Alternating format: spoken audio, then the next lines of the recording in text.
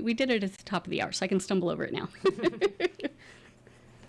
Thank you, first of all, for rushing down here after doing that wonderful Park Block show.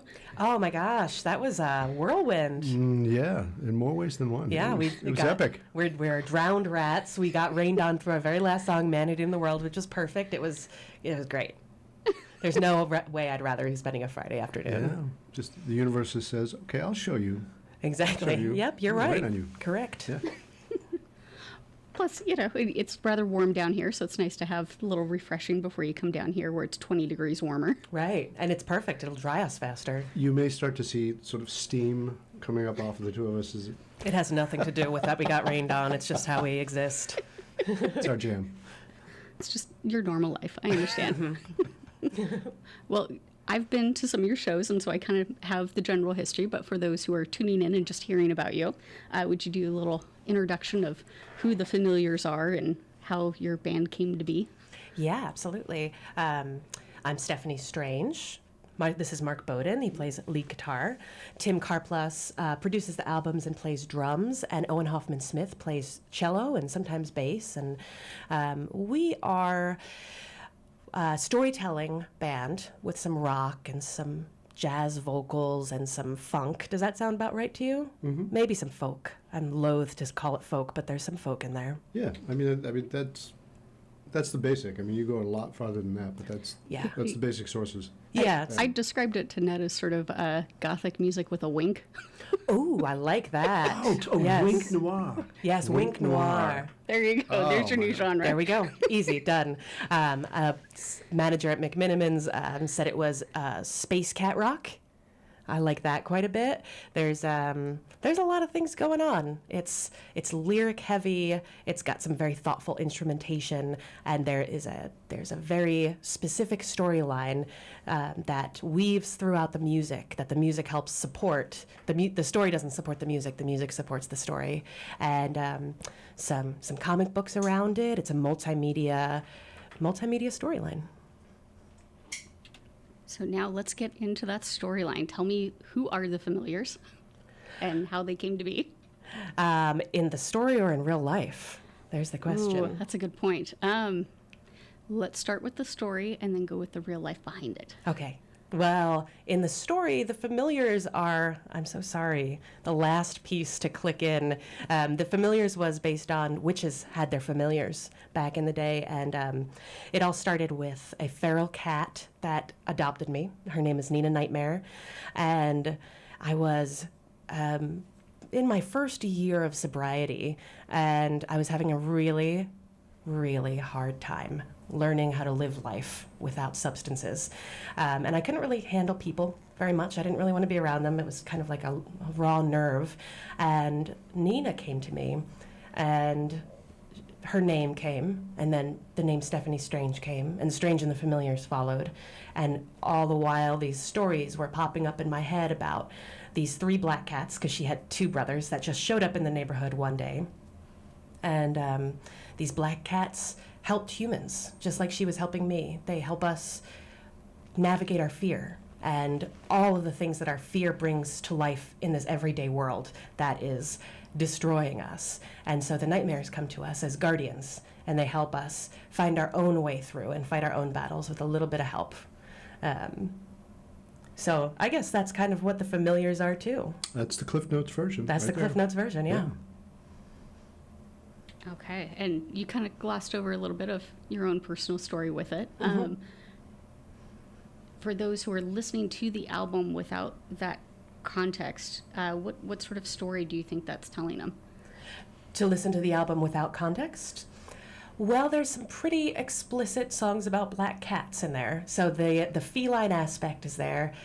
Agent Strange is the first song on the album, and it is clearly a message from an unstable narrator who doesn't want to be here, doesn't know how she got here, is not sure if she's crazy or if she's sane. And the rest of the album follows in that vein of animals speak to her, and she sees that we're not handling the world very well and processing all of that. So I think that comes through very clearly, even without my personal story of recovery. but it's geared towards people who have mental illness and are frail and have substance abuse issues and have difficulty walking through the world. It's really meant for the underdogs, and I think that comes through too. Yes, I think just sort of in a relatively I want to say post-COVID, but it's not really post-COVID, but relatively post-COVID world, that there is this strange transition that we're all sort of navigating of how to interact with people again and relating to things feeling a little too people-y. Yes, yeah, absolutely. I think it was too people-y before, and even more so now. That year of forced isolation has, I don't know, made it exciting but also really difficult. And I think being trapped in our heads for a year was really hard. And I think that we were all just barely coping. And then along came COVID and quarantine and all of the things that we were doing to keep ourselves okay disappeared. And suddenly a lot of people were not okay. And it absolutely speaks to that. Mark, how did you get involved with this project? Ooh, well, you and I, there used to be a club up in Upper Burnside, up by Geldwin Field, or whatever it's called now, called The Bitter End. And I was playing with another Portland singer-songwriter, Karen Ann, who I'd been working with for a while, and we had a co-bill with Stephanie. It was before you were actually Strange in the Familiars. And we all showed up, and it's probably like 7, 8 years ago, maybe? I think so. Yeah, it's been that long. And I'm always drawn towards original material, but also really good writing. Like, I'm all about it, writing with my producer hat on, because I produce records for people. It's always about the song for me. And during that night, I think we opened up and you guys followed us. Stephanie's writing just really grabbed me. I mean, the singing, but the way you write is so unique, and your song construction was like, this is somebody I'm going to work with. And this interesting thing about my life as a musician is every once in a while I get a feeling about a certain person I see or meet in the music business, and like, I'm going to work with you. And that's what's happened. Same thing happened with Karen Ann. I was like, yeah, we're going to work together. And I knew, I always know, it never fails me. Like, I know. And we kept in touch, and you reached out to me, I think, at one point, and we started just doing work together. And we'd actually worked together for a couple of years before before you really popped out the actual full-fleshed concept of Strange in the Familiars. Yeah. Just doing the gig. Did you ever, the old band was called Steph Infection and the Heebie-Jeebies. Did you ever play with Steph Infection and the Heebie-Jeebies? No, I think it was really just you and your drummer, Chris White, at the time. You guys were doing a duo gig. That's right, yeah. So that's how we all met, was you doing, I think it was post Steph Infection. It's funny, I remember that I wanted to work with you as well. I was just surprised it was so easy to it does. stronger. Yeah, when it happens. So that's kind of how it all happened. It's just, I said to the universe, it's going to happen, and the universe said, sure, let's do that. And I said, yeah, I want to play with that guy. Definitely. It's sweet. It kind of reminds me of those stories of guys who are like, I'm going to marry that girl. And instead it's, I'm going to work with that person. You nailed it on the head. That's exactly it. Like, I'm going to musically marry that person. And you just know. And it always happens that way for me. The people that I'm going to work with, like, yeah. And it's always, always, always, always, always around the writing. It's always about the song for me. And how because, to get on my soapbox here a little bit, to me, the people who are doing the most interesting work in this town right now are the women writers. Sorry, guys, and I work with a lot of people around town, but the stuff that really grabs me and I think is the most interesting are the women writers. They're breaking the mold, and every one of them is doing super different, super interesting stuff. So. And I can attest to that. Mark, he doesn't work with everybody. You don't work with everybody who asks you to play. But Blair Borax, Haley Lynn, Karen Ann, very unique singer-songwriters, very unique writers. Yeah, each one of you is different. Yeah, and then you play very differently with each person, too. What a different flavor you bring to each group. Yeah, it's a conversation. It's always a conversation. We be talking up there on stage. Oh, yeah. While the rain's coming down. There's a rain coming. If you're watching right now, you'll see that we're a bit washed out. For those that are tuning in on our YouTube stream. Right. thanks for tuning in for that, by the way. Yeah. Big thanks to Sub-Basement Studios. Thank you guys, as well as our KPSU sound engineers, particularly Carly, who put in extra time today. And got us LaCroix. She Right? did. Just the best for you guys. Thank you, Carly. This one's for you. Nice. I love it. Refreshing. LaCroix. Shifting gears a little bit, you've got the new album out. Mm-hmm. It's on Spotify. Where else can people find your music? Anywhere you can find music. We release right now through CD Baby, which is local, not Portland, but Oregon. And that does distribution for us. You can find it on Amazon Music and Apple and Spotify and Bandcamp. Bandcamp is a great place because you can directly pay musicians. And Particularly for Bandcamp Fridays they have now, where even Yeah, Bandcamp yeah. doesn't take their cut. yeah, Bandcamp doesn't take any fees. It's really wonderful. So Bandcamp Fridays, keep an eye out for, and that's when you should buy all your music from people. But we're also on Pandora Amp and other streaming services like that. For those that want the hard copy, if they want to get a CD or vinyl or whatever physical format, do you have those available? I didn't do hard copies this time because the last run I did of Pretty Deadly, our first album, I have so many left. There's the only people who listen to CDs are people who have old cars like me. I love CDs. And people who only have CDs players and refuse to do the Spotify thing. So we didn't do that, but I am hoping to do a campaign to do vinyl at some point. And also, if you ask really nicely, I'll burn you something. Good to know. Yeah. I am non-discriminatory as far as format of music. So I have pretty much all forms, I believe, in my home. That's So- great. Yeah, I listen to CDs in the car and then I stream otherwise. So I kind of get my bases covered. I'm campaigning for 8 tracks. Strange and the Familiars, 8 tracks in your Camaro, burning down the highway. Can't beat it. If you buy me the 8 tracks in the Camaro, you're on. Right. I'll do the burn-in. I'm sure you could bring them back if people got Camaros. Yeah. Yeah, there you go. There's your key. Right. Free Camaro with every album. Suddenly, huge popularity. in Yeah, our tracks. absolutely. We're off the charts. No, we can't come to KPSU. We're too busy and broke. Right. So besides 8 tracks, how do you normally listen to music, Mark? It's interesting because deep confession time. I really pretty much spend most of my time listening to the music of people I'm working with or something I'm producing. I don't. My brain works in such a way that I can't keep music as a sort of a background thing. If I had music going while I was doing something else, my brain would just instantly go to that. And I'd start listening to the music deeply. Like, okay, what's going on with this? What's the chord structure? What's going on with the melody? What's the arrangement? So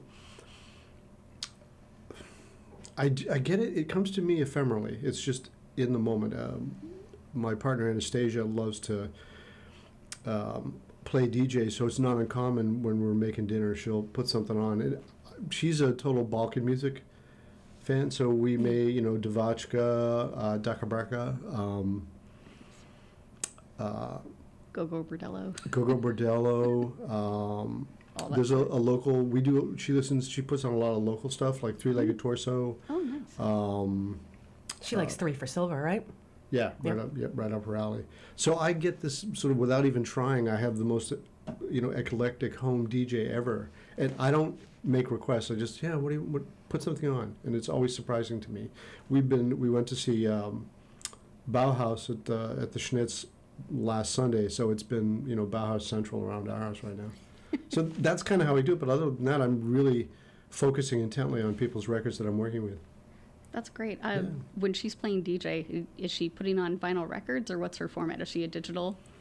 She is digital now. She used to have vinyl. I actually still have every vinyl record I ever purchased. I still have. It's sitting in storage because I'm too lazy to get a record player and plug it in. You and your secrets. You also collect glass ornaments. Yeah. Glass Christmas all in ornaments. storage. Yeah, You're killing me, all in Smalls. storage.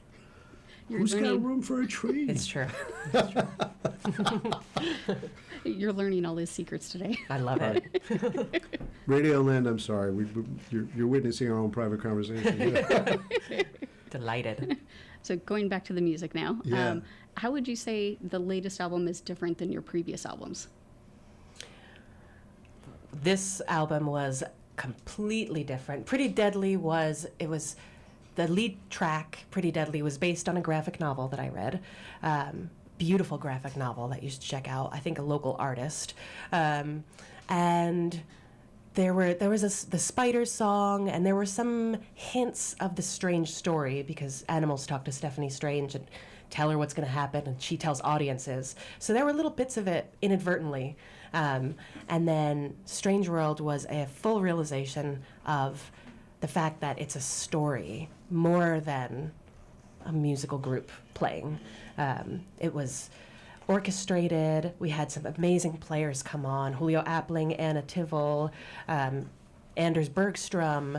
There were endless talented people, and so they really all helped bring that to life. Margaret Ware, and tell the story in kind of a cinematic way, more theatrical. Do you agree with that? Yeah, I think this record is, it's more thematic. It's organized much more thematically. The last record is, you start to hear the themes, but the last record is really a collection of songs, whereas this is there's a real arc to this record, and you can hear it. It's intentional, and yeah. Yeah. Yeah. We really formed this as a soundtrack to the world. Jay Reynolds is the comic book artist, and we have our 26-page comic book coming out in probably a couple of months. Comic book is a huge undertaking, it turns out. Very, very big. I found that out along the way, and so did he. But when that comic book comes out, it's called How Stephanie Became Strange. You'll be able to listen to the album and read the comic, and they echo each other. There's a lot of Easter eggs in there, and I didn't exactly plan it that way, but that's how it was formed in the making of it. That's fun. As we're talking about formats, when I'm listening to vinyl, I do that similar sort of thing where I'll sit on the couch and read the liner notes and go through everything, whereas, other formats of music, it's listened to in a different way. Mm-hmm. So I have kind of this visual now of people sitting with the comic book like I do liner notes listening to it. Yeah, absolutely. I love that you do that. You can't do that anymore with streaming, and songs are played out of order, and you don't get the flavor when somebody forms it from beginning to end. Would you call this album a concept album? Probably. Oh, probably. Yeah, absolutely. I don't call it a concept album, but yeah, it's a very specific thing. Well, I'm going to switch mics here on you, so you can still hear me chatting as I pull up. I'm actually logging in right now to grab your Spotify and see if we can do a little comparison, because people were listening earlier before you got on to chat with me here to the album Strange World, and I'm thinking it might be kind of fun to compare with some of the earlier music, just to illustrate sort of what you were talking about. Is there one in particular you think would be a great illustration? From the first album? Yes, from either that or maybe one of your singles. Pie. Pie is a nice one. Okay, well, here is the single Pie from Strange and the Familiars.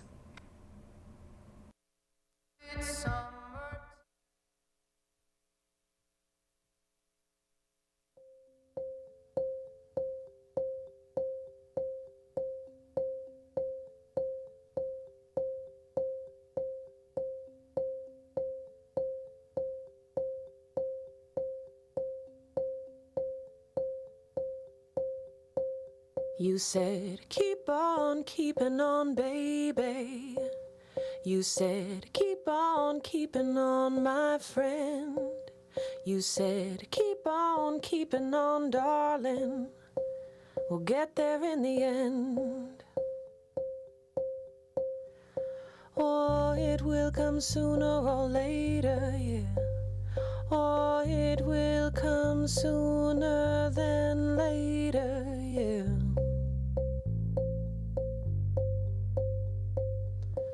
Well, life is sweeter than candy, yeah. Life is finer than the finest wine, oh yeah. Life is a bowl full of cherries. Life is sweeter than pie, and pie's pretty hard to beat.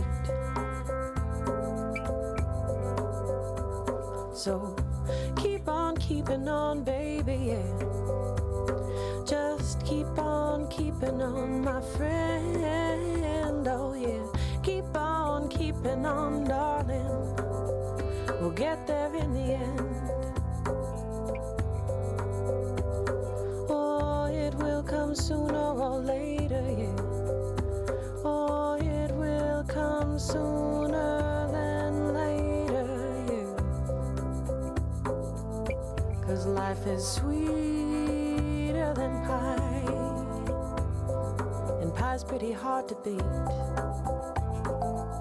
I think we all know that pie's pretty damn hard to beat.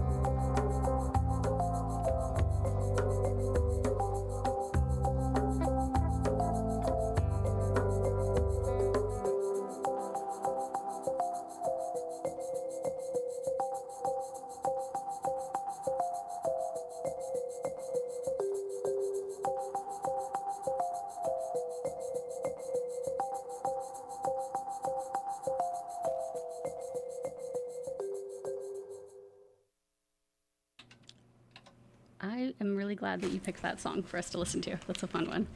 And it's got some interesting instrumentation where it sounds like you got some maracas and other things going on. Yeah, kalimba, not a kalimba? One of that, not the cumbia? kalimba, no. It's the long, you hit it with mallets. But it's, Marimba. Oh, like marimba. Yes, I was so close. Consonants. Get your Consonants right. No. how did you come across that instrument?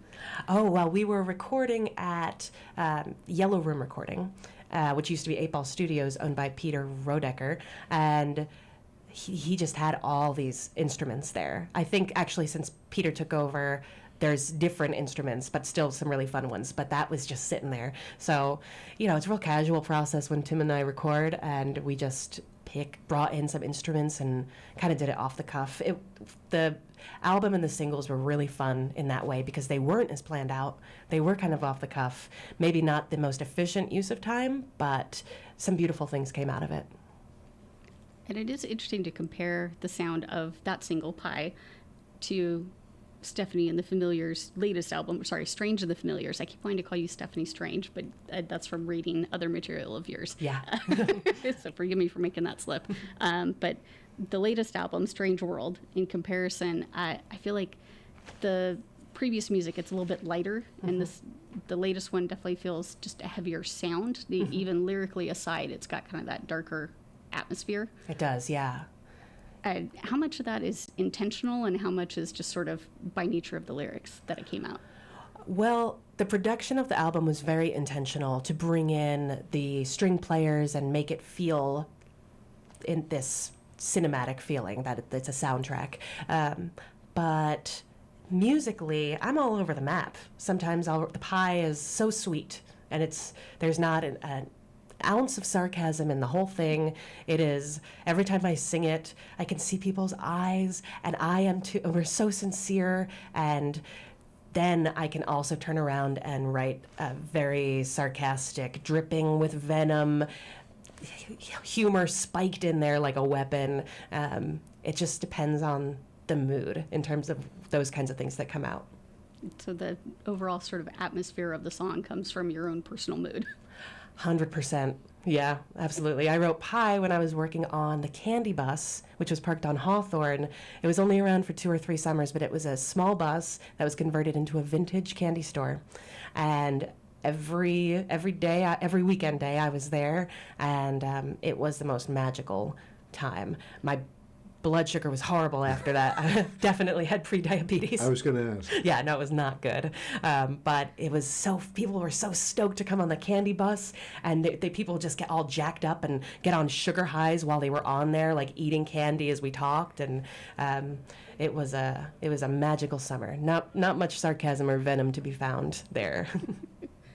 So now that you've kind of made this journey from, sugar high to the Familiars, I'm trying to visualize now. How do you explain what to expect when people come to a show? It depends on the show. Mark and I often play as a duo, and that's a different show than the full Familiars with 4 of us, or even sometimes 5. That is, the full show is going to be a lot more storytelling, and much more leaning on the concept and much more pieced together, kind of artfully. When Mark and I play, it's pretty rocky. We lean into the rock and into the lighter stuff, kind of the extremes of it. And yeah, solo is very different too. I typically don't play Strange World songs when I'm playing solo. I play more personal stuff. It's pretty rare that I do that after playing with these guys. It's kind of hard to just stand up there alone. But it really depends on the show that you come to. I think the full band shows are definitely more scripted, and I don't mean that in a bad way. They're scripted and structured because of telling the story. Whereas, especially like when we do duo stuff, it's again this conversation. We can just bounce it back and forth and go wherever we want, and we kind of have a freedom in a duo format that we don't necessarily have in the big full band shows. It's just a different experience for the audience and for us. So tell me your upcoming shows, what experience will be happening? Tell me what shows you have and which experience they'll be getting. Yes, June 9th, I'm playing at the Alberta Abbey, and that I'm doing solo. So that's going to be, I'm actually doing it with Haley Lynn, who Mark plays with, and Larissa Birdseye and Sarah Wild of Fox and Bones. Yeah, Friends with Benefits. Friends with Benefits. Friends without benefits. Yeah. It's a showcase that they do regularly. And that's going to be, I've been really preparing for that. It's a lot of songs that I just typically can't play in bars. It brings people down. It's too much. It's too... I don't know what the word is. It doesn't mix well with downers. It doesn't mix well with downers. Yeah, alcohol and my solo stuff are not so much the thing. So that's really fun because that's very, very rare that I do that. And then we are playing at a full band at Shady Pines Festival on July 15th. It's going on 15th through 17th, and that's going to be more of the scripted storytelling, a lot bigger energy. And then other than that, you can find our shows at strangeinthefamiliars.com. We're starting to go out of Portland a little bit. I have a show in Wilsonville. They're doing like a climate change showcase kind of thing. So our songs fit right into there. And lots of stuff coming up, but really all over the place. So it's best to check out our Instagram before you go to a show, because I always put if it's a duo or if it's solo or if it's a full band, because some people only want the full band. Some people really want the small, intimate experience. There are 100% Mark Bowden fans. I'm here for Mark Bowden.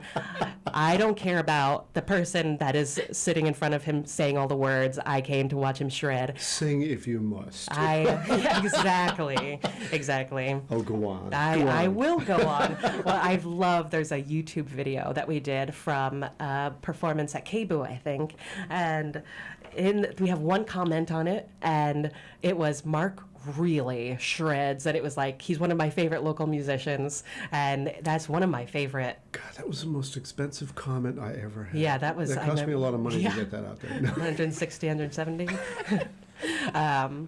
And when we did a virtual show for South by Southwest, the Balanced Breakfast thing. I believe we're going to do that again, yes? I don't think so. Maybe. Or some version. I'll find out. Check your calendar. I put it on there. I will. Yeah. Balanced Breakfast is a group of musicians nationally and internationally who get together, and there are speakers and there are events, and we did the virtual fest for South by Southwest, and it was great. We pre-recorded something and they played it, and it was a room full of musicians that we were all in together, and people were just like, your guitarist is really good. Who is he? Is he available for work? No, he's not. Doesn't like anybody else. He doesn't want know. to play with anybody It's else. pretty much me. You're not easily poached. Yeah. Actually, I am not easily poached. You've got to, again, like we were talking before, you got to have writing skills. Because it's really about the song. It's always, again, about the song. Of course, that's what drives musicians to perform in general, isn't it? Right? Yeah. Yeah. Yeah. Yeah, you don't do earworms for the sake of earworms. You don't. It's No, yeah, no, yeah. I don't. Yeah, I'm never playing for the sake of playing. It's what the song needs, and you never get in the way of the vocal. Support the vocal because it's the story. Absolutely, always, always. Well, speaking of support, you have a Patreon that you've released now. Can you tell us a little bit about it? Yeah, Patreon has been a godsend to help fund the music. I think Strange World would have not come out for at least 3 or 4 years, if not for the funds that are being generated from that. So Patreon is a platform for independent artists in this crazy new world. Of course. And of course, Patreon's used by a whole lot of artists and musicians, and even YouTubers now use Patreon. So it's, I would say, cross different format thing now. That we hear from not just musicians anymore using Patreon. No, there's a lot of people who are using Patreon, a lot of artists, and you can subscribe at different levels, and you get.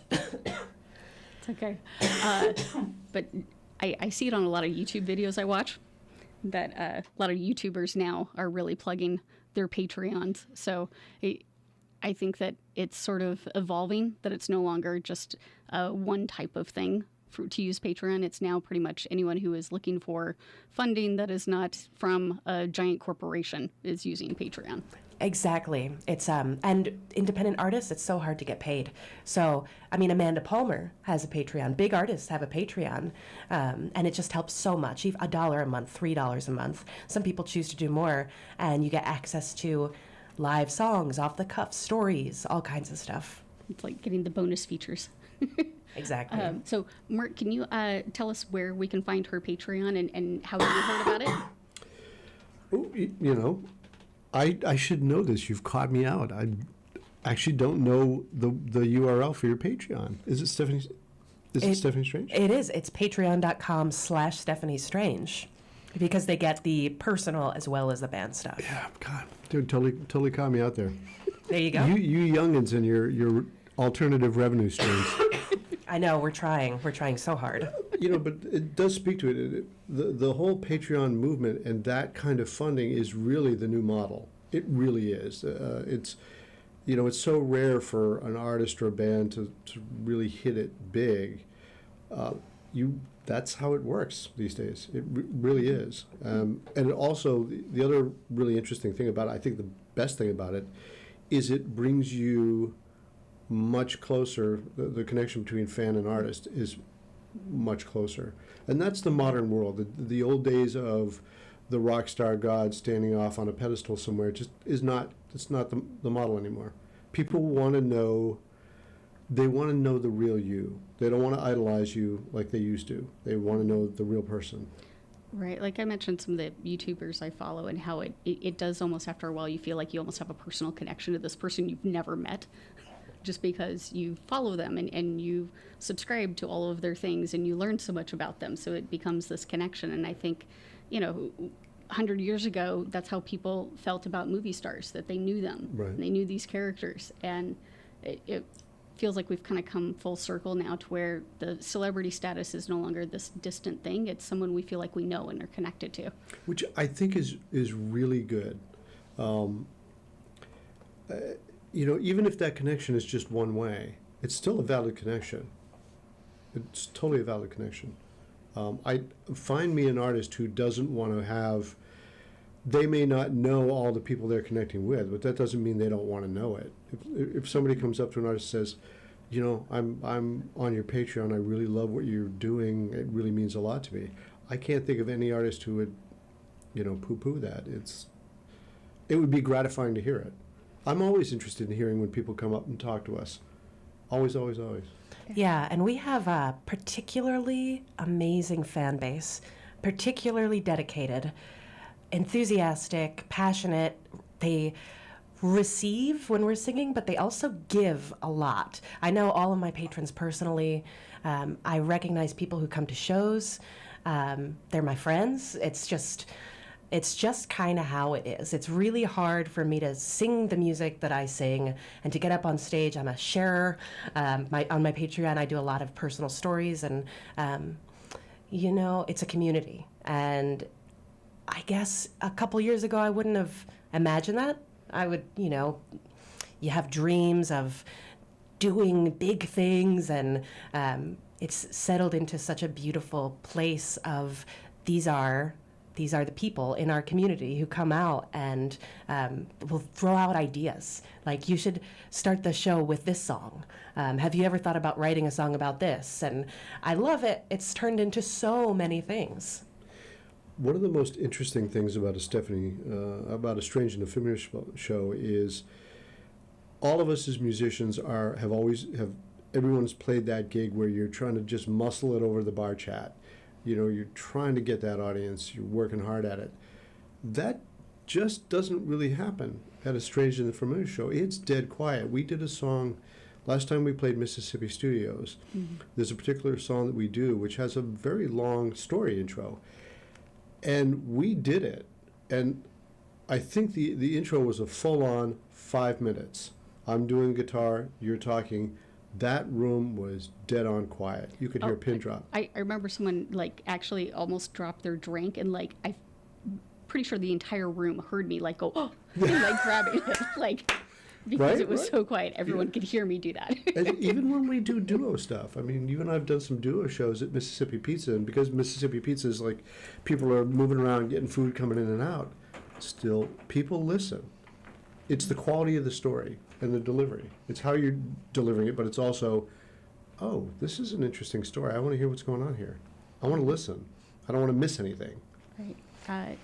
Somewhat tangential. I had a conversation with someone recently about why stories matter. And there was one of those Humans of New York posts. I don't know if you follow any of those, but there was a thing about how a group of women in one of the concentration camps during World War II shared a book, and that each of them would take turns memorizing a chapter and then going and sharing that chapter with each other and hiding this book, and they would take turns hiding it so that it didn't get caught. Wow. Oh, interesting. The idea that they're literally in a death camp, and that's what's holding them together is stories. Oh my gosh, right. You're going to make me cry on the radio. That's beautiful.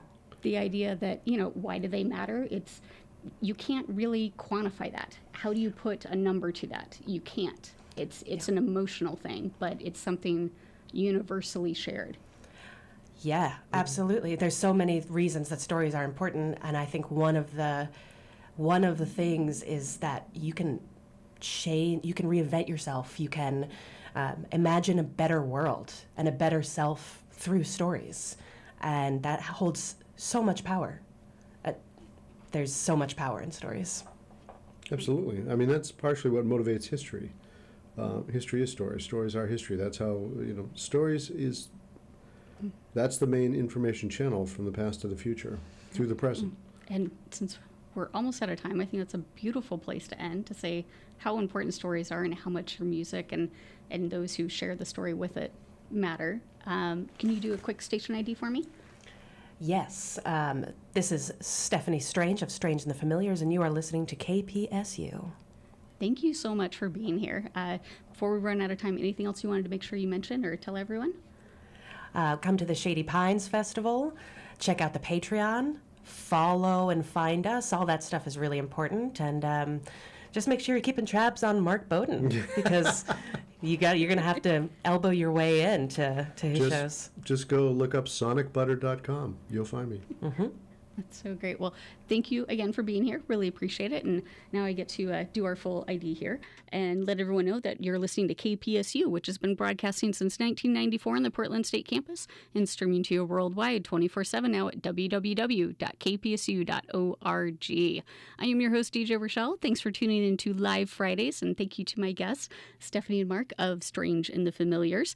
You can find all of their wonderful music everywhere music is found, and there is even links up on the streaming page that will upload the live video that played today from Sub Basement Studios YouTube channel, where you can find all of her links there too. Thanks for tuning in, everyone.